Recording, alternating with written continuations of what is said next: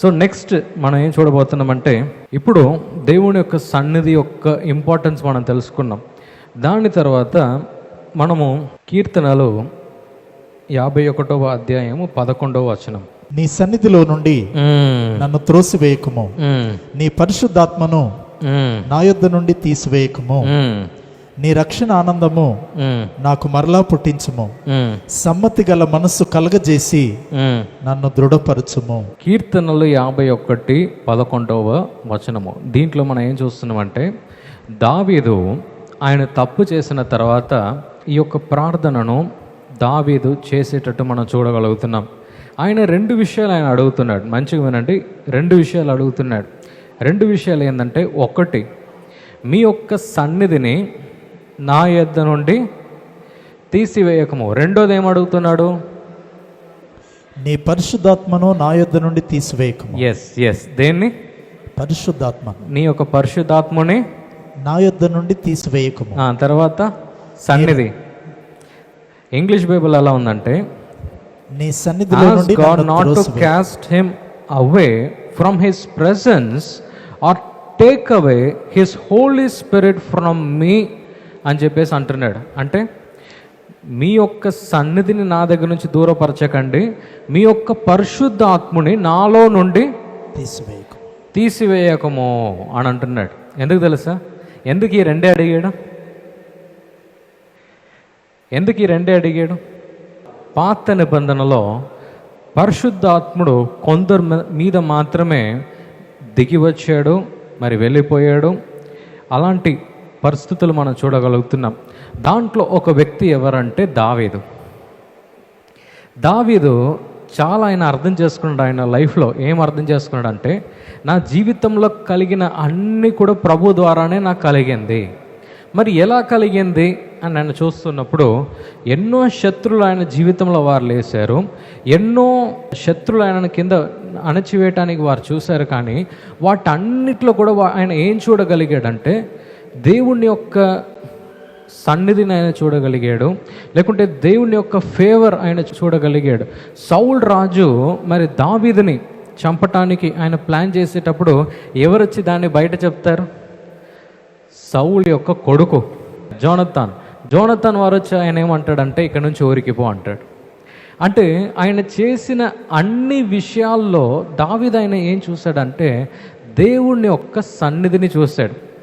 Second ఆయన ఏం అడుగుతున్నాడంటే, నాలో నుండి పరిశుద్ధాత్ముని తొలగించకము అని అంటున్నాడు. ఎందుకు తెలుసా? మంచిగా వినండి. 1 కొరింథీయులు 6వ అధ్యాయము 19వ వచనము. మీ దేహము దేవుని వలన మీకు అనుగ్రహింపబడి మీలోనున్న పరిశుద్ధాత్మకు ఆలయమై ఉన్నదని. ఏంగా ఉన్నది పరిశుద్ధాత్మ? మీలోనున్న పరిశుద్ధాత్మకు ఆలయమై ఉన్నదని మీరు ఎరగరా? ఆగండి, చాలు. మన శరీరం ఏందంట? పరిశుద్ధాత్మునికి ఆలయము. పరిశుద్ధాత్ముడు ఎవరు? దేవుడు, త్రియేక దేవుడు కదా. అంటే father, son and the holy spirit కదా. ఇప్పుడు దేవుడు మనలో ఉంటే దానికి అర్థం ఏంటి? ఆయన సన్నిధి మనలోనే ఉన్నట్టు. దావీదు ఎక్కడంతా ఆయన అడుగు పెట్టాడో అక్కడంతా దేవుని యొక్క దీవెనలు ఆయన చూడటం ఆయన ప్రారంభించాడు. దావీదు ఎక్కడంతా ఆయన యుద్ధానికి వెళ్ళాడో ఆయన జయాన్ని చూడటం ఆయన ప్రారంభించాడు. దావీదు ఆయన ఎక్కడంతా నాకు ఓటమి కలిగిందో అని ఆలోచన కలిగి ఆయన ముందుకు వెళ్ళాడో అక్కడ అన్నిట్లో కూడా ఆయన జయాన్ని ఆయన పొందాడు. ఎందుకు తెలుసా? పరిశుద్ధాత్ముడు మనలో ఉంటే దేవుని యొక్క సన్నిధి మనం కలిగినట్టే. ఎప్పుడు దేవుని యొక్క సన్నిధిని మనం కలిగి ఉంటామో అన్నీ కూడా మన జీవితంలో మారవలసిందే. పరిశుద్ధాత్ముడు మనలో జీవిస్తున్నాడంటే, మనము దేవుని యొక్క సన్నిధిని కలిగిన ఒక వ్యక్తిగా మనం ఉన్నామంటే, మనం ఎక్కడంతా మనం అడుగు పడుతున్నామో దేవుని యొక్క హస్తము మన జీవితంలో మనము చూడవలసిందే. హల్లెలూయా. ఎక్కడంతా అడుగు పెడతామో మనము దేవుని యొక్క కృప మన జీవితంలో మనం చూడవలసిందే. హల్లెలూయా, హల్లెలూయా. అందుకే ప్రభు అయిన యేసుక్రీస్తు ఆయన ఏం చేశాడో తెలుసా? మనము మోషే కాలంలో మనం చూసినప్పుడు దేవుని యొక్క ఆత్మ దిగి రావటము అక్కడ వరకు మనం చూస్తున్నాం. దాని తర్వాత దావీదు కాలము తర్వాత పరిశుద్ధాత్ముడు అనే టాపిక్ రావటం మనం చూడగలుగుతున్నాం. కానీ ప్రభు అయిన యేసుక్రీస్తు ఈ భూలోకంలో ఉన్నప్పుడు దేన్ని కలిగి ఉన్నాడు? దేని ద్వారా ఈ భూలోకానికి వచ్చాడు? పరిశుద్ధాత్మని ద్వారా. పరిశుద్ధాత్మ ఆయనలో నివసించి ఆయన ఉన్నాడు.